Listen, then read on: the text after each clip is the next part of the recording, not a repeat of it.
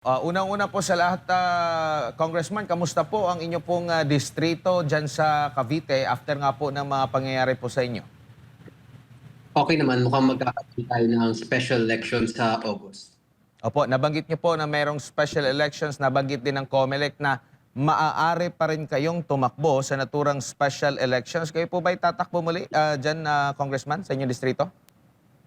Posible, pinag-iisipan ko pa. Opo. At dito po sa mga pangyayari ngayon, hindi po nagbago ang stand niyo po, no, sa pag-criticize kahit na kasamahan niyo po dati diyan po sa House of Representative. So ito po ay mas magiging regular na po, mas marami pang mga ano siguro po, Congressman, ang mga banat po ninyo. Mas regular na kasi ngayon bilang private citizen, pwede ko na talagang labanan ng corruption dahil hindi na ako kasama sa crocodile farm. And makita ko na talaga kung saan pupunta yung taxpayer money ko. Opo. Congressman, marami pa rin po bang mga constituents ninyo talagang nanghihinayang pumupunta po sa inyo hanggang sa kasalukuyan, nakakausap pa po ninyo sa mga pangyayari? Kasi kayo po ay binoto ng mga taga 4th District tapos tatanggalin lang ng mga hindi naman botante po sa inyong lugar. Madami talagang nagalit dahil doon sa naging decision ng Ethics Committee. At yung mga iba naman dito, hindi sila masyadong updated sa national news. Mostly nakafocus lang sila sa local. So yung iba, pumupunta pa sa opisina ko at natanong kung ba't ex-congressman na ako. And so far, may adjustment period pa rin naman. Pero kung kayo pong masusunod, Congressman, okay pa rin po ba sa inyo na magkaroon po ng special election na nababanggit 200 million pesos daw po yung kailangan ng COMELEC para maisakatuparan ito? I mean, malaking gastos yun. At hindi ko alam kung ba't ganun kalaki yung inaabot ng special elections, hundreds of billions.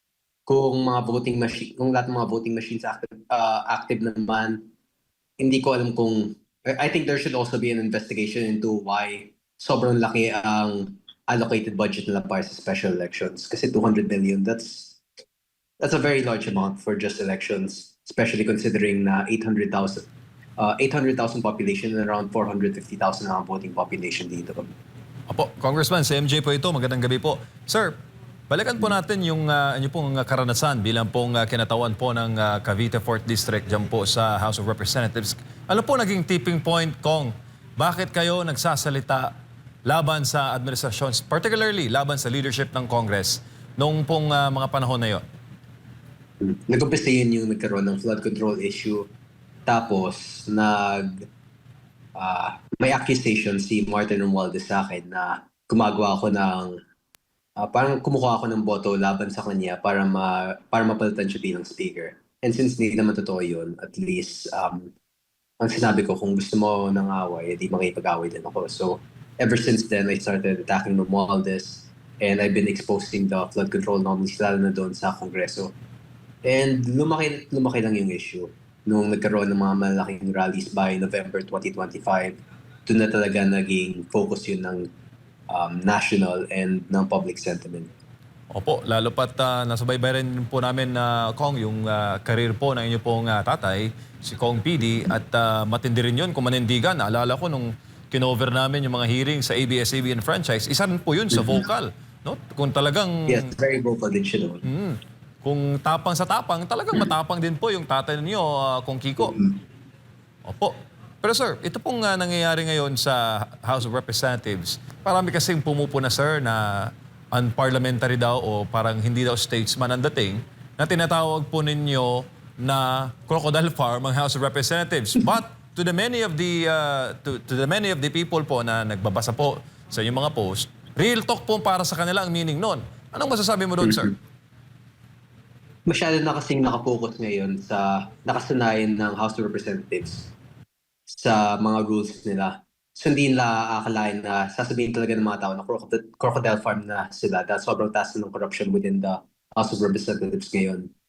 And in legal terms, truth is also a defense when you make defamatory statements. Hindi naman nila pwedeng pagalitan ako dahil tinago yung crocodile farm kung crocodile farm naman talaga yun. Nakita natin ang epekto ng corruption nila sa ekonomiya in terms of international relations. Nakita na ng international community kung gaano kalala ang corruption dito sa ating bansa.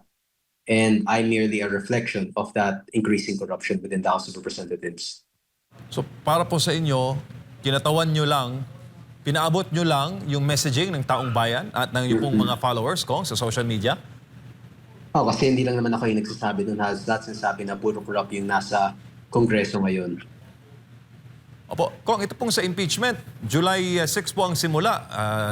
Kayo rin po ay nagsasalita against po dito sa ginawa ng House of Representatives na impeachment kay VP Sara Duterte.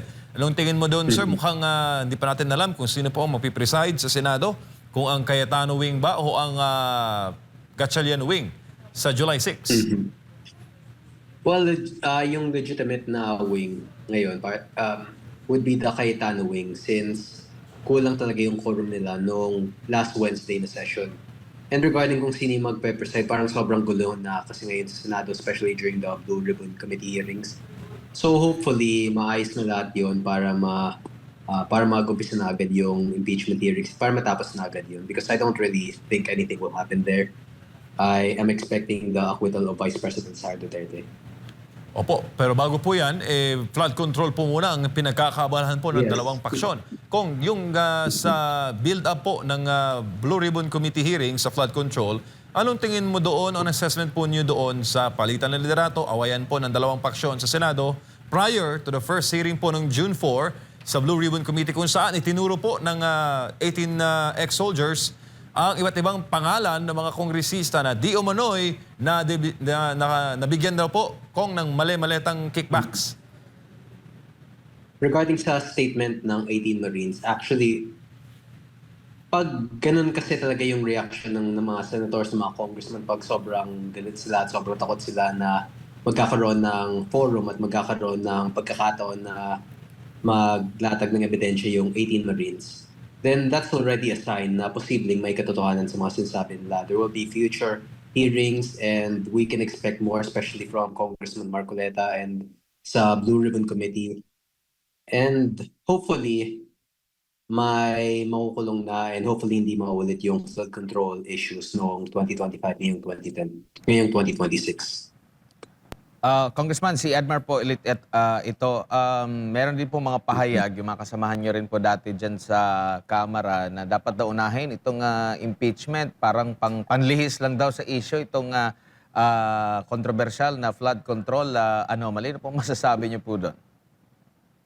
Yung impeachment kasi ang kumpara sa flood control, sobrang liit na bagay yun since yung the accused Vice President is only facing possibly hundreds of millions na yun lang yung accused malversation or yung sa 110 million for impeachment for DepEd issue noong 2023 pa yun. Yung flood control naman, it's hundreds of billions which is thousands of times more than what Vice President Sara Duterte is accused of. So yung mas malaki talaga yung impact ng flood control. Mas malaking issue talaga yun since yung sa impeachment hindi naman tayo nagkaroon ng hundreds of thousands of people rallying, hindi naman tayo nagkaroon ng high large-scale negative economic impact due to the possible actions or possible flaws within Vice President Duterte's time in DepEd. So the flood control is really a much larger issue at yun talaga yung dapat na i-focus natin. At wala din talagang nang yari sa flood control. There has never been any involved people who were imprisoned due to the flood control. Opo, at nabulgar din sa mga oral arguments din po sa Korte Suprema yung mga kini-question din po na GAA simula yata 2024, 2025, 2026, yung 2023 yung sa PhilHealth din na question. Nakikita nyo po ba na dahil possible marami talagang naging involved nito, kaya tila bulag at bingi yung nasa Kongreso para ito'y mabuksan muli at talagang magkaroon ng masusing investigasyon at nang malaman kung sino talaga ang tunay. Meron pang nagsasabi na wala daw mastermind, marami daw mastermind. Ukol nga po dito, Congressman. Well, regarding doon, yung Kongreso talaga, and especially yung majority, kasi hindi naman nila pwedeng sabihin na si Duterte yung may kasalanan doon sa flood control since sila yung may hawak ng budget. Yung majority yung may hawak ng budget along with Malacanang. So they should be the first ones investigated for the flood control anomalies. Opo. Dito po sa composition po ng ating Kongreso, sa mataas man o sa mababang kapulungan, gaano po kahalaga talaga na may lehitimo at independent po, lalo na sa minority, na talagang yan yung mag-check and balance po, no? At ano po ang nakikita nyo po sa kasalukuyang setup ng ating Kongreso sa kasalukuyan po, Congressman? Yung Kongreso kasi may mga nag-iisip doon na posibleng hindi matuloy yung elections sa 2028 kaya they feel safe in siding with the majority. But ultimately, wala namang mali doon sa pagsasang-ayon sa mga kagustuhan ng Malacanang kung tama yung ginagawa ng executive. But when we see these large-scale corruption issues, it's time for us to be critical and time for us to start considering what direction our government is headed. And kung sakaling kailangan nilang labanan ng executive para makatulong sa ating mamamayan in order to do what is right, then it is their duty as elected officials to do so.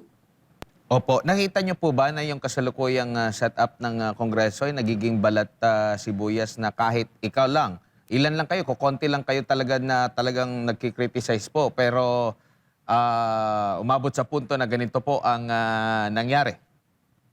Mhm. Kasi very unstable din yung sitwasyon sa Kongreso at sobrang galit na yung mga tao sa kanila. We have seen all-time lows in terms of trust ratings for both Congress and Senate, lalo na yung panahon ni Senator Tito Soto na walang nangyari dun sa flood control issues at ngayon napalitan na siya. So regarding these, gusto na talaga nilang manahimik yung mga naging critics nila. And it is in their best interest to keep the critics as silent as possible. Opo. Huli na lamang pong topic, kabilang po sa priority, ito pong isinusulong na anti-political dynasty po. Ano pong masasabi niyo po dito sa panukalang batas po na ito, Congressman? Depende yan kasi madaming congressman na ang maapektuhan dyan. But if they are perfectly willing to do so and they are genuine in their interest sa political dynasties, then they have my support. Pero feeling ko pampabango lang yan sa Kongreso. Hindi talaga matutuloy yan.